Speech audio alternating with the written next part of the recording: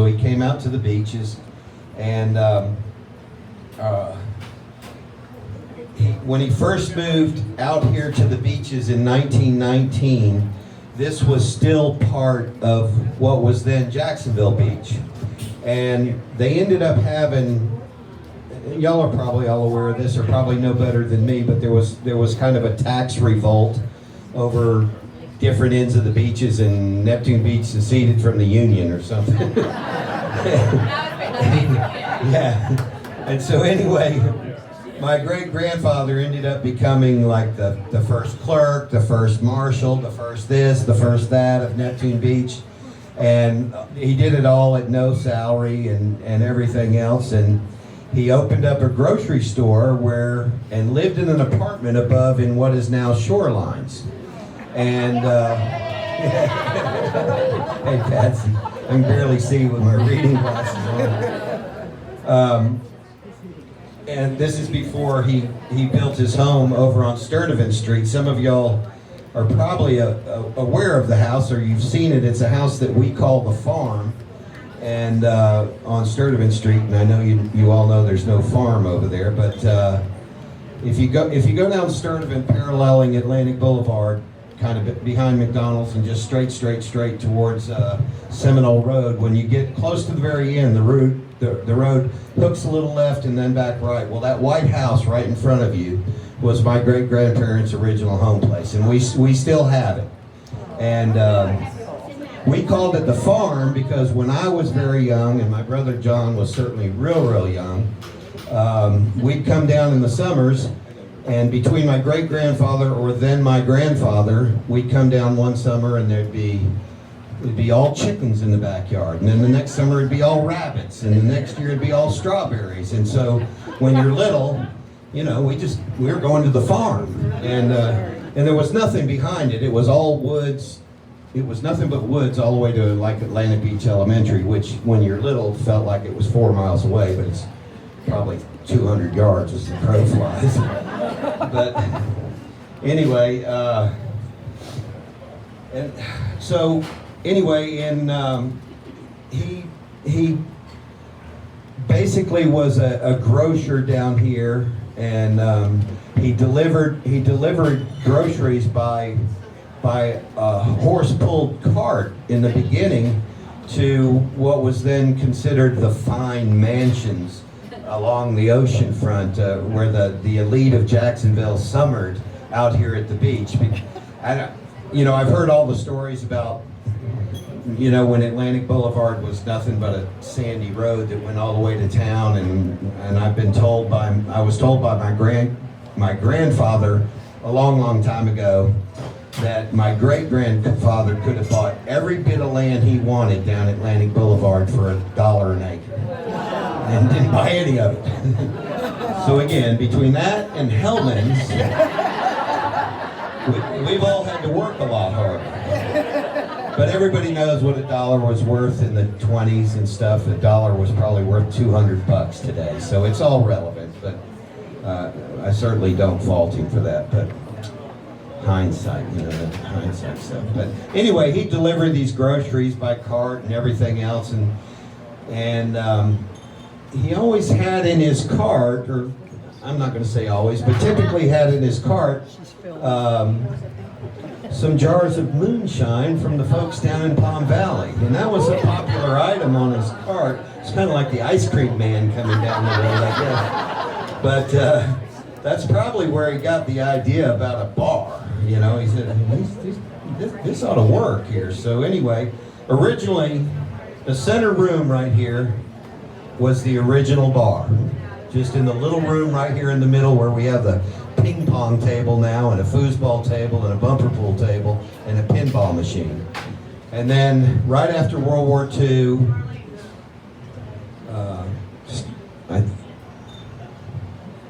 I think, yeah, right after World War II, he then moved the bar to the bigger side, to what is now the main front bar side. And a lot of you will remember the Right Spot restaurant, but the center room ended up becoming the original Right Spot location before they moved down on Atlantic Boulevard, and before they moved down where the diner is now. I can't think of the name of it. Metro. Yeah, Metro Diner is now. But and then later on in the '60s, this side was opened up and it was called the Hut. And the sign outside said the Hut. That's where the remnants of the old sign out front are still. Some of you, I'm sure, remember there was like a tiki. It was a tiki theme hut. It was over the bar, and when we bought the bar from my grandmother in '99, that had to go. It was falling in people's drinks, and it was so old and rotten it had to go, and we were sure it was going to catch on fire. Somebody was going to hold a cigarette out and just... But, so anyway, my mom wanted me to mention some of the things that he did. I guess I mentioned the work that he did. And he did it for no salary in the beginning of Neptune Beach. He actually bought, here's something else he should have done that, but he actually bought the waterworks in Jarboe Parks from a land developer that was going to develop that property and ran out of money or went bankrupt or something. And so my great-grandfather bought the waterworks, and then he turned around and donated it to the city without ever getting, you know, hey, can I get free water or anything?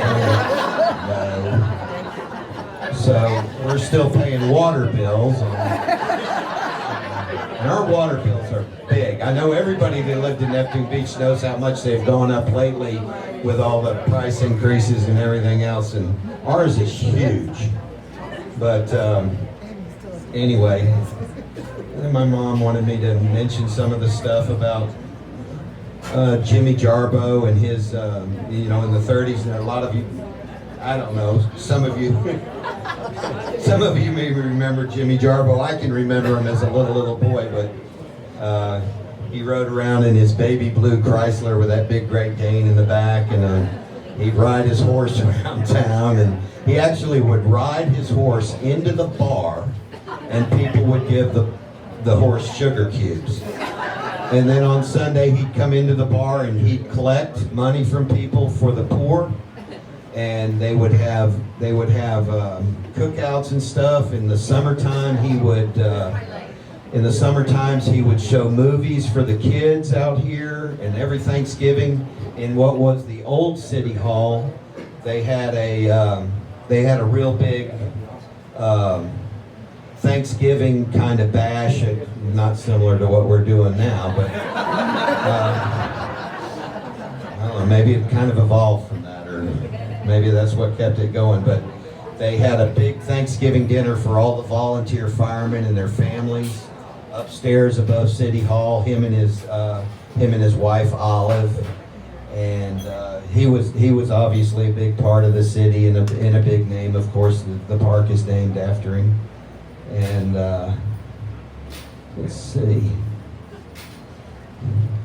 Anyway, I guess all in all, I didn't think about this till a little earlier, but I guess my family's been here 101 years now, so.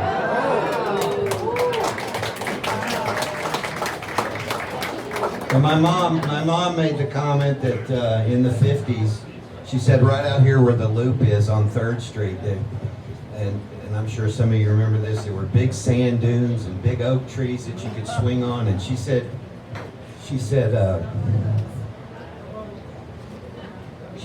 could shoot a cannon down 3rd Street without hitting a car, and how times have changed. But we're proud, proud to be a part of the history of Neptune Beach. And if you have any questions for me or my brother John, I know my brother, he's the tall one in the family. He might have a few things to add, or if you have any questions. Yes, sir. Tell us about Walt and Marty. Well, Marty, obviously you remember Marty played the trumpet and everything in the bar, and and a lot of people can remember that. And Walt was he was kind of the crusty old guy for his day, and we still have some of those. And then we got Dottie. Yeah, we had Dottie that lived upstairs. She'd work behind the bar during the day, and she'd decide to go sit down in the corner and take a nap and tell people, you know where it is, get it yourself. This and that and the other. And I remember as a child the little skinny little thin glasses, and they were like 80 cents for a drink. And I mean, I think that we've still got the best prices at the beach, I believe, but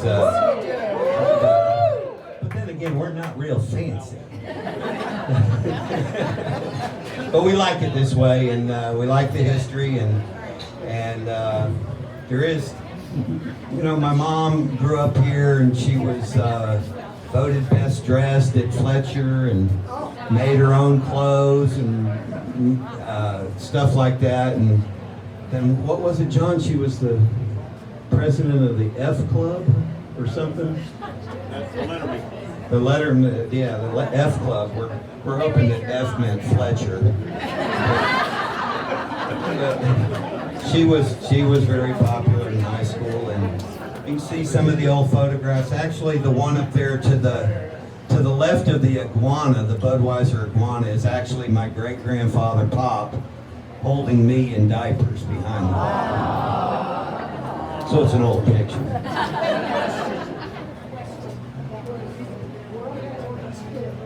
Prohibition! Prohibition is coming up.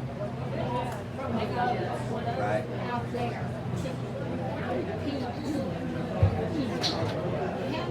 Her question is, how did they handle, I guess, the lights out situations in World War II when everybody was concerned about submarines out here and espionage and all that? Knowing my grandfather, he probably just made sure that all the lights were pointed this way and said, oh, come on in, we'll worry about that later or something. I don't really know. You know, there was always a lot of rumor about, you know, we had Germans coming ashore that were trained to speak English, and but you know, there were so few people at the beach then that I don't really think that they probably migrated to these areas, because you had, you know, there was 50 residents. Some oddball shows up, and all of a sudden, you know, where'd you come from? And, you know, so they probably, that kind of stuff, I would assume they probably went to higher populated areas where they could kind of slip in and assimilate without everybody asking a million questions, because it was such a small community. But I'm not sure though. They landed at Ponte. Right. Yeah. Oh, I'm sure they landed in a lot of places and came ashore and found nothing, so probably went back to the boat. I think they got caught today. Yeah. How about Prohibition? Well, Prohibition, we have liquor license number 1 in Duval County. Yeah. There's something my great-grandfather had some foresight. But there's some argument, you know, that there's older bars. The Palace in Fernandina likes to claim that they're older, but That's massive. I don't know, if you call it same location, same family, since Prohibition ended, I don't know that you'd find an older bar than ours anywhere in the country.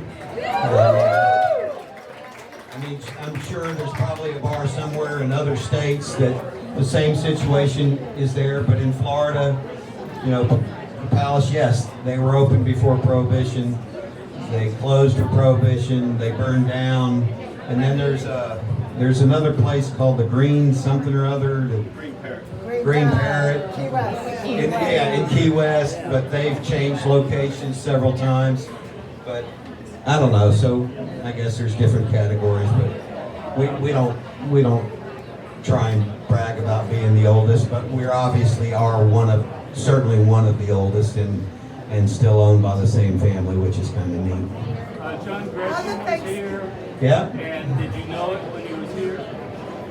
John Grisham was here, and we try as best we can when people come in that are celebrities or whatever, we don't ever make it a point to say, hey, you know who that is or anything like it. Because I'm sure those people would like to be able to come to places and maybe not have people recognize them. So we kind of leave them alone as best we can. We have a lot of football players, a lot of golfers. John Grisham, Ernest Hemingway was here. We have pictures of Ernest Hemingway with my grandmother. And I can't speak for my grandmother. She might have got all excited about everything. I don't know. But as far as today goes, when celebrities come in, you know, word gets around. Somebody spots them other than me, and heck, I don't know most of them. I don't pay a lot of attention to that kind of thing. So, especially if some new pop artist was to show up, I'd be going, no, don't know who that is. We did have a rap artist come in here a couple of months ago when the Bar Rescue show. That's pretty funny. Bar Rescue called us. The TV show Bar Rescue called us, and they said that somebody had recommended that they talk to us, and so I let the girl tell me her spiel and blah blah blah blah, and I'm like, yeah, yeah, that sounds nice. And she goes, so, well, what do you think about that? I said, yeah, no. They ended up going and doing one of the places down in Jack's Beach, and It's dead now. It's out of business. it's closed. Oh, yeah, they didn't fix it very well. It's out of business. But the crew that would do the remodeling work and stuff would come here every night after they worked, and they were having a really good time. And apparently, I don't watch the show because I'm busy trying to rescue my own place all the time. But apparently part of the show is now that they'll bring in some type of celebrity for his approval or disapproval or whatever at the last part of the show. And they brought this guy, little John, in, who's some kind of rap artist or something, and I don't know, supposedly he made his claim to fame is saying what or something like that. I don't know. I wish I could make $1 million saying one word or whatever. But, so he came in, and it was kind of funny. He asked if we had this to drink and that to drink. No. So then he sent somebody out to the car to get the kind of booze that he liked to drink and bring it in. So we stopped him at the door. No, you can't do that. That's against the law. You can't do that. And I don't know. I think he had a good time, but he was kind of a little bit confused as to why we weren't just all over him like, look who I am or whatever. And at first he was acting like we needed to buy him everything, and I was this close to saying, you know, you're the millionaire in the room. Why aren't you buying everybody's drinks? But anyway, he ended up buying a T-shirt and said he had a good time, and we sent him on his way. But so we do get a celebrity in here once in a while. I didn't recognize him, but I guess to some people he's important.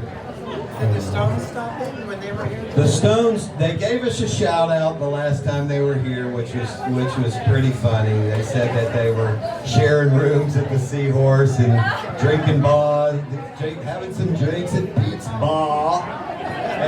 But they weren't. But they did come by, I guess in '89, when they were here the previous time, they were in here. And Danny, in fact, was here. So Danny can, if anybody has questions about the Rolling Stones or whatever, Danny can answer those. And we've had lots of people like that, Tom Petty and Mick Jagger, and there's been all kinds of people come in, but we try and keep it low key and not fawn all over everybody. You know, we're just try to be regular folks around here. And I think they kind of appreciate that. They're just, you know, they'd like to be a regular folk once in a while, I think, and it's hard for them. So when people aren't all over them asking for autographs and can I get my picture, they kind of appreciate it. So that's kind of how we handle it. Anybody else?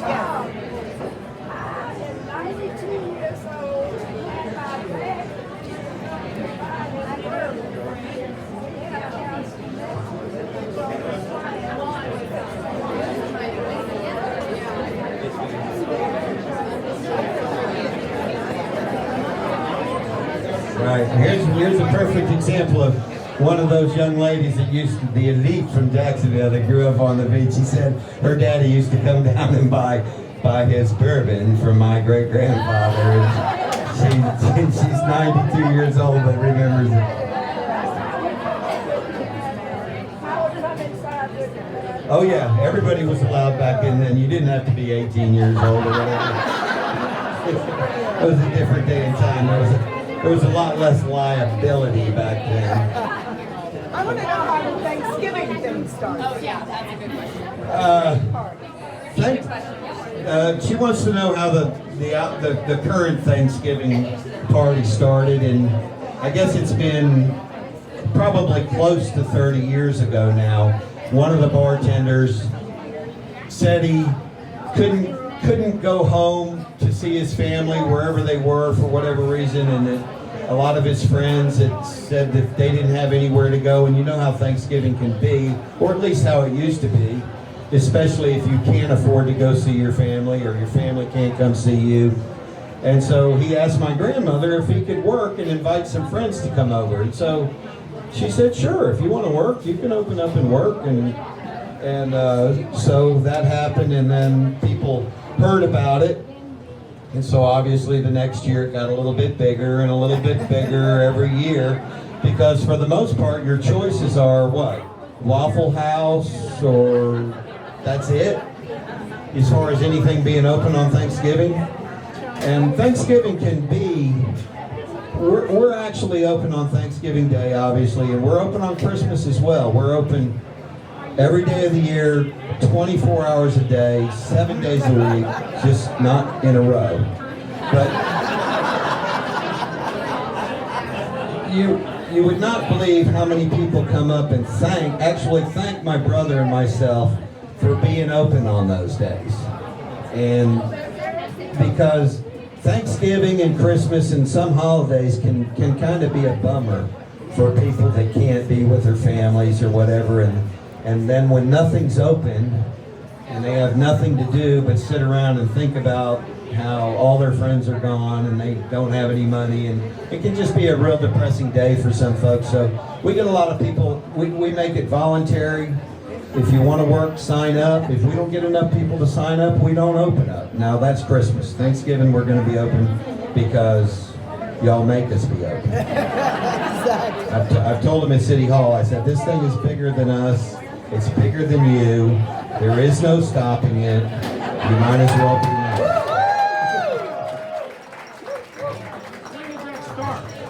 When did that start? Thanksgiving Day. Close to 30 years ago, it spilled out into the street probably about 12 years ago when the Beach's leader, in their brilliance, decided to do a front page article the day before Thanksgiving. So all these people read it and went, there's a bar open? You know, so it spilled out into the street a little bit, and the police would ride by and they just kind of do this. Because we weren't interfering with anybody. Everything was closed. It was a ghost town. No, police didn't care that there was people standing out here. But then it got bigger, and then it got bigger, and then it got to the point where the city started to get involved. And that's when I thought that was the beginning of the end, because typically when the city starts getting involved in telling you how to run your business, it's not going to be long before, you know, they're going to shut you down for whatever reason, or this and that and the other. But we've been fortunate. We've never had anybody get hurt. We've never had anybody get arrested. Everybody has a great time. You know, you're going to get a few that are going to misbehave, but for the most part, you know, especially the Thanksgiving thing, we don't really consider it a drinking event. It's more of a big social gathering because it's early in the morning and everybody realizes they still have to go home and do Thanksgiving, so they can't be the drunk at the table at 1 o'clock at Thanksgiving. So it's more or less, you know, get a Blood in your ear and stand around and visit with your friends. It's kind of the class reunion for every class there's ever been around here, and everybody seems to really enjoy it, and it's very nerve-wracking getting ready, and it's really causing a lot of gray hair for me. But when it's over, it's always a good deal. and been a good day. So we appreciate you all coming out. We really do. Yes, sir.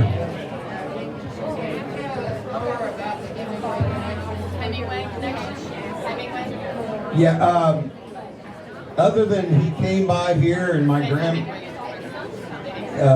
the question was the Hemingway connection. He apparently came in here. My grandmother met him. They hit it off. There was a few other ladies. They hit it off, and then they ended up going down to the Keys and met with him down there and partied with him down there. And other than that, I think he was probably in here one time or something. You know, I don't know. I don't think he was a regular here, but he came through and certainly spent a little bit of time here at the bar. John? My brother John. Hey, I think Tom covered everything pretty good. And just tell you a couple of stories. Sorry about that. A couple of stories. My grandfather, a lady mentioned World War II. So I was a kid about 11 years old. I asked him, well, Grandpa, what'd you do in World War II? And like most vets, well, he was actually in Patton's Third Army, landed a few days after D-Day, and went all the way through Europe with him. And that's where the guns and the bombs and all that from around here. He mailed those home to my mom. So I asked him, well, what'd you do? And he said, well, I was driving a truck during the Battle of the Bulge, right at the beginning. And he said he came over a hill, and he said it looked like the whole German army was coming at him. So he turned the truck around, tried to get away, but was blown off the road. And he said he got out of his truck and he ran up in the woods and got under a tree. And next thing you know, bam, in the helmet. And he said he thought he was shot. But then he looked, and it was a frozen owl. He said he must have been shaken so much, and it was so cold that this owl was frozen in the tree and hit him in the helmet. Like most vets who had actually seen combat, he had one or two humorous stories, and that's all he ever told me. But another story, my daughter, she's around here somewhere, right there, raising her hand. She was in third, my grandson is actually in Atlantic Beach, and he's a fifth generation to attend there. But she had a family field trip with her group at third grade, and they were walking down the road, and she looked over at her teacher and said, look, Grandma's at Pete's at about 9 o'clock in the morning. She didn't know her grandmother worked here. She thought she was in here drinking. And something similar happened to me the other day. I was here with my grandson at about 10 in the morning, bringing supplies and doing the banks and whatever you have to do when you run a business. And after we left, we went around and went into Shorelines to buy him a toy. And the lady's like, oh, your grandpa's bringing you to the beach. And he says, oh no, we were at the bar. And Danny McDaniel, he's a local surf champ. He's serving beer. He chipped in to help tonight. He's been working here since 1975. He knew Tom Petty. He was here when the Rolling Stones came in, and I'll get him to tell a few stories. You don't mind, Danny? Is he over there? Come on over and tell him about here he comes. Now, all the different categories about the oldest bar and things. We might have the oldest bartender working at the same location. It continues 1974, we've got two in 74, so about 45 years, I don't know. Well, here comes Danny. I went into his apartment one day. You can't even see the walls. It's just covered with trophies for surfing. Most of the surf community and everybody knows it. Where was the milk crowd? I sponsored him one time, and he got like second place in the senior division. I was like, well, I sponsored him, and he won. I was like, well, where's my trophy? I sponsored it. I would hang it on the wall. He said, no, you sponsored it. I get to keep my trophy. I was like, oh, well, here he is. It stayed on the wall for a year. The nicotine was destroying my trophy. I took it home. But what happened with the Stones was one night I was selling a six-pack through that little window over there. And they were facing toward Ragtime, but Ragtime wasn't there then. And he was on his bike. I gave him a six-pack through the window. And he goes, look at these two little guys coming up the sidewalk. I stuck my head out the window and looked. Both of them, it's about as cold as it is now. Both of them had on tan London fogs all the way to the ground. They were trying to disguise themselves. They had scarves wrapped around their necks all the way up to their noses. Big sunglasses on, and then wool hats. Nobody noticed. And he kind of stepped around the bicycle. And I stuck my head out so I could hear what he was saying because the jukebox was playing so loud. He pulled down the scarf, and when those big lips came out and he said something, I didn't say it, but I just looked at him and went, "Oh my God, this is Mick Jagger." And the other guy lifted up his glasses and pulled down his scarf, and he was real polite. It was Ron Wood. He used to play with Rod Stewart. He goes, "Is this the place, man?" And I went, "Oh my God."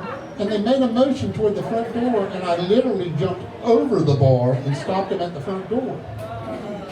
And they were looking for Levitas, which was over there.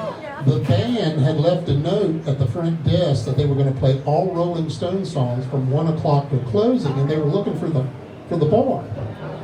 They must have been messed up out of their minds. Levitas had a sign that was 8 feet wide and 15 feet long, and it said Levitas on it with 3-foot letters. And I'm going, how did they miss that? So I walked them down to the corner, and for Shorelines is, and I pointed over there. I go, "That's where you want to go, over there." And they just went, "Thanks," and walked off. So the next night, they come in here on the hut side. Right at 1:30, we had turned off all the pool table lights. So it was kind of dark, and it was as crowded as it is now, because we were the only bar. Anyway, they come in the door, and they sit in the 2 stools right over there.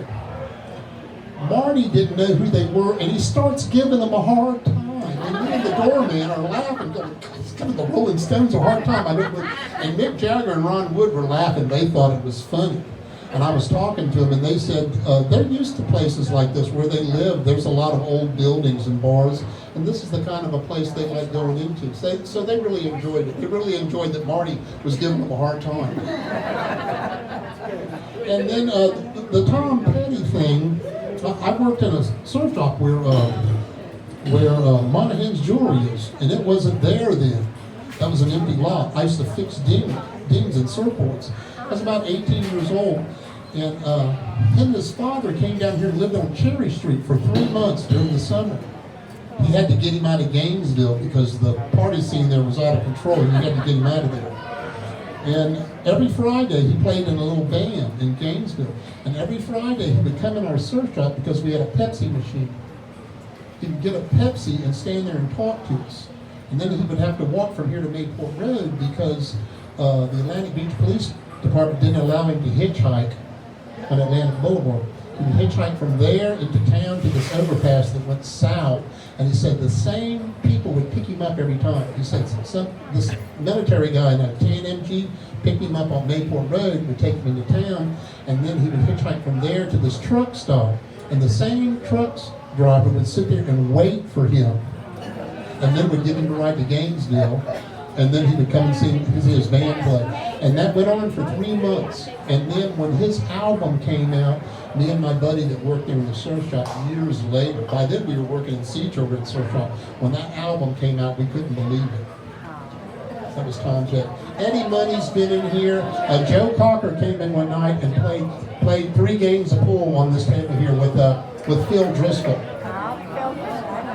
I worked for a bartender one night, the very night right after New Year's, and nobody was in here. It was about 9 o'clock at night, and Phil Driscoll didn't come in that door then. Phil Driscoll, famous trumpet player, he sticks his nose in the door and looks around, doesn't see anybody, and he goes like this to somebody, and then comes Joe Cocker. And I just went, oh my God, it's Joe Cocker? But I didn't even come out from behind the bar because I knew Phil. And people that were in bands started coming in the door and bothering Joe Cocker. So they played 3 games of pool and left. And then Eddie Money came in one time from Ragtime. He was bummed because his CD wasn't on our jukebox. So we fixed that. And we've had some other people come in. Danny Joe Brown from Molly Hatchet, he used to come in every Sunday. As soon as I'd open that door, he would sit at the end, have 1 shot of Jack Daniels, Bud in the can, and then leave. He'd get on his motorcycle and head south to his cousin's house. those are about the few people that have come in here. I'm sure there's been some famous models have been in on the other side. I can't remember her name. She married the big builder from Ponte Vedra. Kim Alexis, yeah. She used to come in every now and then from Rampton, and she drank a Bud Light. Of course, I carded her, but I told her I knew who she was. I used to see her jogging every morning when I worked for a bike in Ponte Vedra, repairing termite damage out there. They got a bad problem out there. And that's about it. I've been here since 1975. I managed a surf shop in San Diego for 2 years and came back and started watching the door after a couple of months and went behind the bar. It was a big job. Thank you, Danny McDaniel. Oh, one last thing, if anybody saw the Ghost Hunter episodes, they had to do 2 episodes. They were in here one night and they saw so many people have met their wives and wanted to be here. I think there's still a few hanging around. The local haunts thing. We couldn't believe this happened. The first time it came on, you don't think this place is haunted? All 3 TVs were on. The show comes on. They take a commercial break. The show comes back. As soon as local haunt hit the screen, all 3 TVs go and cut off. And we couldn't get them to come back on. That's true. Okay, here's the next mayor. Thank you guys for your stories. You guys, please hang out. I want to encourage you to hang out, ask them more questions. John and Tom Whittingslow, you have continued a family business, a historic family business, and that's not easy to do. And I can speak for all of us, I know, and say thank you for doing that, because your blood, sweat, and tears are all over this place, and we really are grateful that you guys have kept this going. My personal memory of early times for me at Pete's was on Pete's Giving, and it was in the early days when you just kind of spilled out into the street eventually, but you started in here. You don't start in here anymore. And before they closed the roads and they were cracking down on open container in Neptune Beach, and I'm like, can I be out here with a Bloody Mary? I don't think I can be out here with a Bloody Mary. And I looked across the street and saw Mayor Dick Brown of Neptune Beach out there with a Bloody Mary, and I figured if the mayor can be out there, I can be out here too. I'm not exact. I think it was you. And I think you were drinking Bloody Mary. But I hope that this gave you a little bit of insight into the history of Neptune Beach, and I encourage you to come to the Beaches Museum to learn all about the history. And I want to thank the staff at Pete's Bar. We have a bunch of stuff on loan over there, a bunch of old pictures. Also, really want to give some appreciation to the city of Neptune Beach, and our current mayor, Elaine Brown, is actually also here. The city staff of Neptune Beach, we've got their flag, we've got one of the floor mats, we've got all sorts of great collections items there on display for our Neptune Beach exhibit, and that is through March 1st. So please come by the museum. Admission is free. I want to thank you guys all for being here tonight, and now I want to ask, who was here the earliest? It's probably, I feel like it's probably Rose McCall. When was your first, who has the earliest first visit? Just start yelling out years. 69? Can anybody beat 69?